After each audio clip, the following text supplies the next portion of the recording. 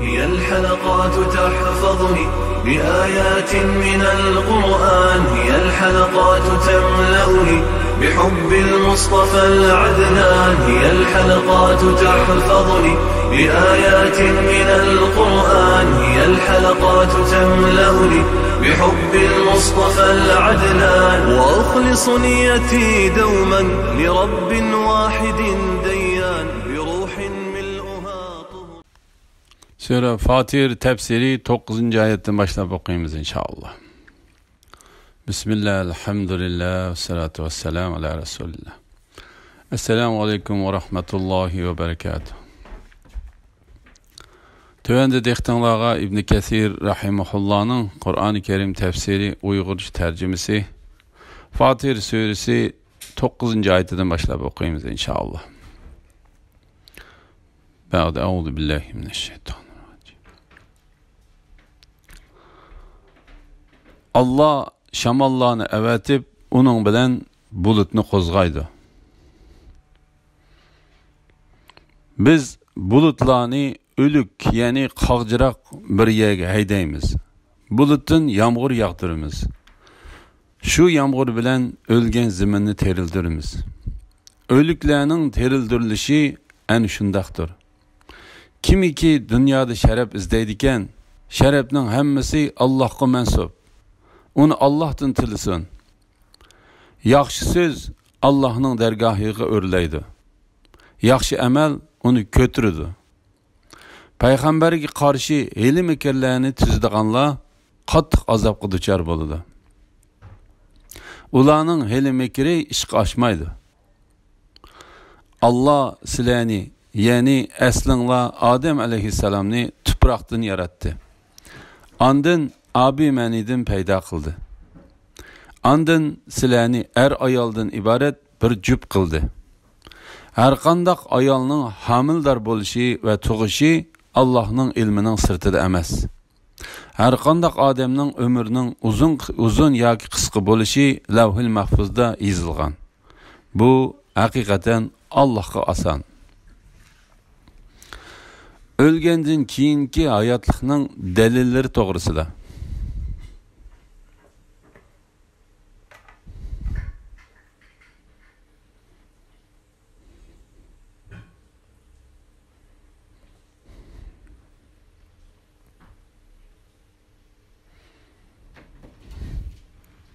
Allah Teala nurgun orunda ölük ziminini kökertiş bilen kıyametini meydana ilip keladiganlığı delil kılıp gösterdi. Sure Hec'nin 5'de Allah Teala bendilerini agahlandırıp Allah Teala'nın ziminini kökertişi bilen kıyametinin kaim boluşidin vez nasihat elişini tavsiye kıldı. Şek şübhisiz ki zimin ölük, qaqas, onun da bir tal giyamı yok halette boludu. Andın Allah Teala o ziminga su bilen toldurulgan tağdık bulutlarını evetidi de onu yağmur kılıp o yerge yağdırdı. Şunun bilen o canlandı ve köpüşüdü. Türlük çıraylık ösümliklerini öndürüp verdi. Şunun dekla Allah Teala ölüklerini terildirişini irade kılgan çağda erşinin aslıdan ziminnin hem yerige umum yüzlük yağmur yağdırdı. Şunun bilen ölükle kabirlerden xuddi dan tuproqdan ünüp çıqqandek ünüp çıkıdı. La ilahe illallah Muhammed Resulullah. İmam Müslim Peygamber aleyhisselamның mundaq deganligini rivayet kıldı. Adem avladının quyruq söngüdün başka hem yeri çirip tügeydi. O quyruq söngüdün başlap yaratılgan. Kıyamet günü onundan başlap qaytı terildirildi. Ölüklerinin terildirilişi eni şundaqdır. İmam Abu Razi'nin mundaq deganligini rivayet kıldı. Men ey Allah'ın peygamberi, Allah ölükni qandaq terildirdi? Allah'ın mahlukatları içinde ölükni terildirişinin alameti nimo deb sordum. Peygamber aleyhisselam, ey Abu Razin, kavminin qurg'oq vodisidan o'tmadingmi? Ondan u vodining jonlanib ko'kargan vaqtida uningdan qayta o'tmadingmi dedi. Men shundoq vodidan o'tdim dedim. Payg'ambar alayhisalom ana shu qaqas vodi ko'kargandek Alloh taolo o'liklarni terildirdi dedi. Kimiki dunyo va oxiratda sharafli bo'lishni xohlasa, uning g'olib Allohga itoat qilishi kerakligi to'g'risida. Kimiki dunyoda sharaf izlaydigan, sharafning hammasi Allohga mansub. Ya'ni kimiki dunyo va oxiratda sharafli bo'lishni xohlasa, undaqda u Alloh taologa itoat qilishi lozim. Shunda qilgandila u maqsadiga yeta oladi. Chunki Alloh taolo dunyo va oxiratning podshohidir. Sharafning hammasi uningga mansubdir. Bu vaqtda Alloh taolo mundaq degan: ular mu'minlarni qo'yib, kofirlarni do'st tutadi. Ular kofirlarning qishidan izzat va qudrat talab qilamdi. Ya'ni kuffarlarning do'stligidan izzat va g'alaba tilamdi. İzzet ve kudretinin hammasi Allah xasdır. Ey Muhammed sallallahu aleyhi ve sellem, ulanın sana sen peygamber emassan degan sözü seni kaygıga sanmasın. Bütün güç kuvvet Allah'a mensup. Allah sana medetkardır. Galiba Allah'a, Allah'ın peygamberiga ve müminlerge mensup. Lekin münafıklar g'albining Allohning dushmanlariga emas, do'stlariga mansub ekanligini bilmaydi. Mujahid kimiki dunyoda butlarga ibodat qilish bilan sharaf izlaydi ekan, u bilib qo'ysinki, sharafning hammasi Allohga mansub dedi. Qatada kimiki dunyoda sharaf izlaydi ekan, sharafning hammasi Allohga mansub. Uni g'olib va buyuk Alloh taologa itoat qilish bilan tilisin dedi. La ilahe illallah Muhammed Resulullah. Yaxshi amallarning Alloh taoloning dargohiga o'rlaydiganlik to'g'risida. Yaxshi so'z, ya'ni salaf ulamolaridan bir qancha kishining aytishicha, Alloh taoloni yod etish, Qur'on o'qish, Alloh taologa duo qilish qatorliqlar Allohning dargohiga o'rlaydi. Ibn Jarir Mahariq ibn Salim'den Abdullah ibn Mas'ud radıyallahu anhu'nun mundaq deganligini rivoyat qiladi. Agar biz sizlarga biror so'zni so'zlab bersak, sizlarga uni isbotlab Alloh taoloning kitobi Qur'on Karimdan dalil ko'rsatamiz. Shak shubhisizki, agar bir musulmon banda Alloh taologa tasbih etaman, hamd etaman, barliq hamd sana Alloh taologa xosdir. Allah Teala'dan başka hiç ma'bud berhaq yoktur. Allah Teala katıdır, büyüktür dese, o sözlerini perişte kanıtının astığı koyup asmanga örleydi. Bu perişte o sözlerini ilip, birer top periştelerinin yeniden ötse, o perişteler o sözlerini kılgan kişiye, ta ki bu perişte o sözlerini ilip galip ve büyük Allah Teala'nın huzuruga yetip kelgichilik mağfiret tileydi. Ondan Abdullah radıyallahu anhu sözlep bu yerga kelganda bu ayetni okudu. Yaxshi söz Allah'ның dergahiga o'rlaydi. Yaxshi amal uni ko'tirdi.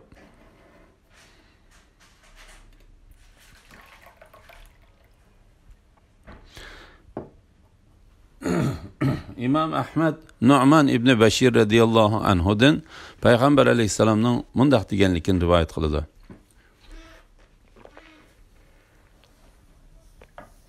Allah'ni tasbih etish, takbir etish, hamd sana etish ve tahlil etish, ya'ni Allohdan boshqa hech ma'bud yo'q deyish bilan ulug'lab yod etkichilarning so'zlari arshning atrofida aylanib turdi. U so'zlarning hasal harlarining ovozidek g'ung'ildigan ovozlar bo'lib, o'zlarining egillarini, ya'ni ana shu so'zlar bilan Alloh taoloni yod etganlarni yod etishidi. Bilinglarki, sizlarning biringlar özünü Allah Taala'nın dergahida yad etadigan birer narsaning hamisha bo'lishini yoqtirmamdi. Bu hadisni İbn Majamu mushundaq rivoyat qilgan. Subhanalloh. Yaxshi amal uni ko'tirdi. Ali ibn Abu Talha İbn Abbas radiyallohu anhumaning bu oyat haqida mundaq deganligini rivoyat qiladi. Yaxshi söz Allah Taala'ni yad etmek demektir. O Allah Taala tarafga o'rlaydi. Yaxshi amal farz amallarni ado qilmoq demektir. Kim Allah Taala'nın farzlarini ado qilganda Allah Taala'ni yad etadigan, onun ameli Allah Taala'ni yad etilgan sözünü kötürüp Allah Taala'nın dergahıga o'rlaydi. Kimki Allah Taala'nın farzlarini ado qilmasdan Allah Taala'ni yad etadigan, onun sözü onun ameliga qaytariladi. Yani Allah Taala'nın dergahıga o'rlamaydi. Undaq bo'lishi tamamen haqliqdir. La ilahe illallah Muhammed Rasulullah. Peygamberge qarşı hilimikirlerini tüzdiganlar Mücahid, Sa'id ibn Cübeyr ve Şehr ibn Havşeb bu ayetning ma'nosi haqida ular amallarni riyo va ko'z bo'yamchilik uchun qiladiganlardir dedi. Ya'ni ular kishilarga hiyla mikr qilib, ular go'yo o'zlarini Alloh taologa itoat qilayotgandek ko'rsatdi. Amaliyotda ular Alloh taoloning dushmanlaridir. Ular amallarini riyo va ko'z bo'yamchilik uchun qildiganlardir. La havle ve la kuvvete illa billah. Ular qattiq azobga duchor bo'ladi. Ularning hili mekri ishga oshmaydi. Ya'ni tadbirlik aql egillariga pat fursatda ularning saxtipazligi oshkor bo'lib, botil va buzuq niyatlari fosh bo'ladi. Biror odam biror sirni yoshirsa, Alloh taolo uni ko'z oldida yoki o'z tili bilan oshkor qiladi. Yani u sirni o'zi diqqatsizlikdan deb tashlaydi. Biror odam biror sirni yoshirsa, Alloh taolo uningga yoshirgan sirning tonini kiygizdi. Yani tegishlik nom berdi. Agar u yaxshi ish bo'lsa, yaxshi nomga erishadi. Riyoxo'rning ishi rivoj topmaydi va davom qilmaydi. Faqat uning dütkila ma'lum bo'ladi. Xolos. Aql farosatlik mu'minlar ular oldinib ketmaydi. Balki mu'minlarga pat fursatda ularning haqiqiy xiyobati fosh bo'ladi. Alloh taolo g'aybni bilgichidir. Uningga hech narsa yoshirin bo'lmaydi. Subhanalloh. Alloh taoloning yaratquchi va g'ayblarni nihoyat obdan bilgichi ekanligi to'g'risida. Allah sizlarni, yani aslinglar Adem alayhissalomni tuproqdan yaratdi. Ondan abi manidan paydo qildi. Yani dastlabda otanglar Adem alayhissalomni tuproqdan yaratdi. Ondan uning avlodini arzimas suvning javhiri bo'lgan manidan yaratdi. Ondan sizlarni ayoldan iborat bir jup qildi. Yani Allah taolo shafqat va marhamat qilib ayollar bilan unsi o'lpat ilishinglar uchun sizlarni o'z tipinglardan bir jup ayol qilib yaratdi. Har qanday ayolning homildor bo'lishi va tug'ishi Allohning ilmining sirtida emas. Ya'ni Alloh taolo uni bilib turg'uchidir. Uningdan hech narsa Alloh taologa maxfiy qolmaydi. Hatto daraxtdan to'kilgan yaproqdan Allah bilmaydigan bir narsami yo'q.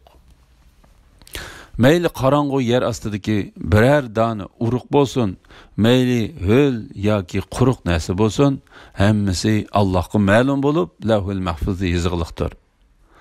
Har bir homildor ayolning qo'sig'idikini Alloh biladi. Ya'ni o'g'ilmi, qizmi, birmi, ko'pmi, cho'ngmi, kichikmi, chiroyliqmi, satmi, baxtlikmi, baxtsizmi, umr uzunmi, qisqami, hammasini Alloh biladi. Bachidonlarning kichiklab ketganligi yoki yo'g'inab ketganligini, ya'ni bolaning muddati to'shmay tug'ilganligini yoki muddati eshib ketib tug'ilganligini Alloh biladi. Allohning dargohida hamma narsa o'lchamlikdir. Alloh maxfiy va oshkor ishlarning hammasini bilguchidir. Hammadan buyukdir, hammadan ustundir. Bu oyatlarning tafsiri yuqorida tafsili bayon qilindi. Har qanday odamning umrining uzun yoki qisqa bo'lishi lavhul mahfuzda yozilgan. Ya'ni ba'zi odamlarga uzun umr ato qilganligini Alloh taolo o'zi biladi. U Alloh taolaning dargohida, ya'ni lavhul mahfuzda yozilgandir. Chunki uning uzun umri lavhul mahfuzda Alloh taolaning ilmida yozilgan bo'lib, u qisqartirilmaydi. Avfi orqali İbn Abbas radhiyallohu anhumaning Alloh taolaning har qanday odamning umrining uzun yoki qisqa bo'lishi lavhul mahfuzda yozilgan, bu haqiqatan Allohga oson degan oyat haqida mundaq deganligi rivoyat qilingan. Biror odamga uzun umr va hayotlik belgilangan ekan, u faqat o'ziga belgilangan umr bo'yicha yashaydi va uningga shu bo'yicha hukm qilindi. Uning umri cho'qim lavhul mahfuzda belgilangani bo'yicha tugaydi. Uningdan eshib ketmaydi. Biror odamga qisqa umr va hayotlik belgilangan ekan, belgilangan bo'lsa, u uzun umr ko'rolmaydi. Uning umri faqat lavhul mahfuzda yozilgan bo'yicha tugaydi. Ayni shu Alloh taolaning har qanday odamning umrining uzun yoki qisqa bo'lishi lavhul mahfuzda yozilgan, bu haqiqatan Allohga oson degan oyatining mazmunidir. Zahhak ibn Muzahhim bu oyatni mushuning o'xshash tafsir qildi. Ba'zi tafsirshunoslarning aytishicha, bu oyatning ma'nosi mundaqdir. Har qanday odamning tutilgan ajalining az-azdan yil-yil, oyma-oy, hafta-hafta, kun-kun va soat-soat qisqarib menishining hammasi Alloh taologa ma'lumdir. Hammasi Alloh taoloning dargohida, ya'ni lavhul mahfuzda yozilgandir. Buni Ibn Jarir Abu Malikdan naql keltirib rivoyat qilgan. Buningga Suddi va Ata Xurasoni qatorliqlar qo'shilgan. İmam Nasai bu ayet kerimning tafsirida Anas ibn Malik radhiyallohu anhudan Payg'ambar alayhissalomning mundaq deganligini rivoyat qilgan. Kimiki rizqining kengri bo'lishi, ajalining kechiktirilishi xursand qilsa, urug' tuqqanlarga sil rahim qilsin. Bu hadisni İmam Buxoriy, Muslim va Abu Davudlar rivoyat qilgan. Bu haqiqatan Allohga oson.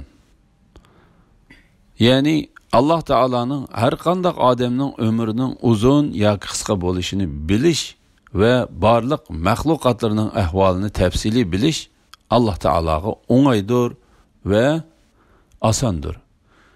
Chunki Alloh taolo barliq narsaning ahvolini bilib turdi. Hech narsa uning yo'shirun qolmaydi. İki dengiz, ya'ni dengiz bilan daryo o'xshash emas. Buning, ya'ni daryoning suvi tatliq, ta'mlik bo'lib, galdan siyliq o'tadi. Bu, ya'ni dengiz nihoyat ochiq, tuzliq. Ularning har ikkisidan yangi go'shtlarni, ya'ni beliqlarni yeysizlar.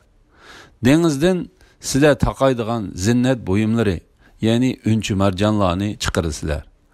Allohning ne'matini talab qilishinglar uchun, shukr qilishinglar uchun Allohning amri bilan yuk taqa yemek içmekle qachilangan kemilarning dengizda do'lqin yurib ketayotganligini ko'rsan. Alloh taolaning ne'matlari va mo'jizalari to'g'risida. Alloh taolo bu oyatda o'zining bir-biriga qarshi bo'lgan turli shaylarni yaratishidek buyuk qudratiga bandalarning diqqatini burishi uchun mundaq bayonlarni o'tirib qo'ydi. Dengiz bilan daryoni yaratdi. Suyi tatliq va intayin sap bo'g'ini yurtlardan, avat şehirlerden, sahralardan ve çöllerden eqib ötadigan insonlarning suv bo'lgan ehtiyojini qondirib kelayotgan cho'ng kichik daryolardir. Daryolarning suvi tatliq bo'lg'achqa uni ichganda galdan siyliq o'tadi. Bu yani dengiz nihoyat ochiq, tuzliqdir. U cho'ng pariqtlar, kemilar mangadigan dengizdan iboratdir. Dengizning suvi tuzliq ve zahardek ochiq bo'ladi. Şuna Allah Teala bu yani deniz nihoyat ochiq, tuzliqdir degan. Ondan Allah Teala mundaq deydi. Ularning har ikkisidan yangi go'shtlarni, yani beliqlarni yeysizlar. Dengizdan sizlar taqaydigan zinnat buyumlari, yani unchi marjonlarni chiqarsizlar. Bu vaqtda Allah Teala mundaq degan. Ulardan marvoid bilan marjon chiqadi. Ey insonlar, jinlar, Rabbinglarning qaysi ne'matlarini inkor qilasizlar?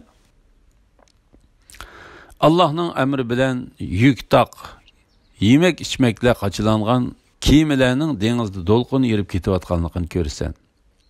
Bu ayetning ma'nosi to'g'risida Mujahid mundaq deydi. Kimiler shamalni yerib mangadi. Yoki faqat cho'ng kimilarla shamalni yerib mangalaydi. Allah Teala mundaq deydi. Kimilerinin sizlarga bo'ysundirilishi Allohning ne'matini talab qilishinglar uchundir. Yani kimilerga o'ltirib tijorat ish bilan yurtdan yurtga, shahardan shaharga safar qilsizlar. Bular shukr qilishinglar uchun sizlarga bo'ysundirib berildi. Yani dengizdan iborat bu katta narsani sizlarga bo'ysundirib bergan Rabbinglarga shukr qilishinglar kerak. Sizlar dengizni xoliqninglar bo'yicha ishlatsizlar. Kimilar bilan qayerga berishni xohlasanglar, shu yerga borsizlar.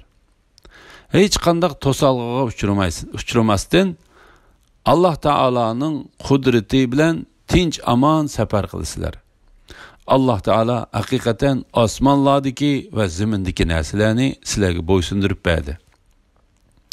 Buning hammasi Allah Taolaning sizlarga ato qilgan ne'mati va marhamatidir. Alhamdulillah. Yuqorida Sura Fatir tafsirisidan 12. oyatgacha angladinglar. Oxirini keyin qitimliq o'qishimiz davomlashtiramiz inshaalloh.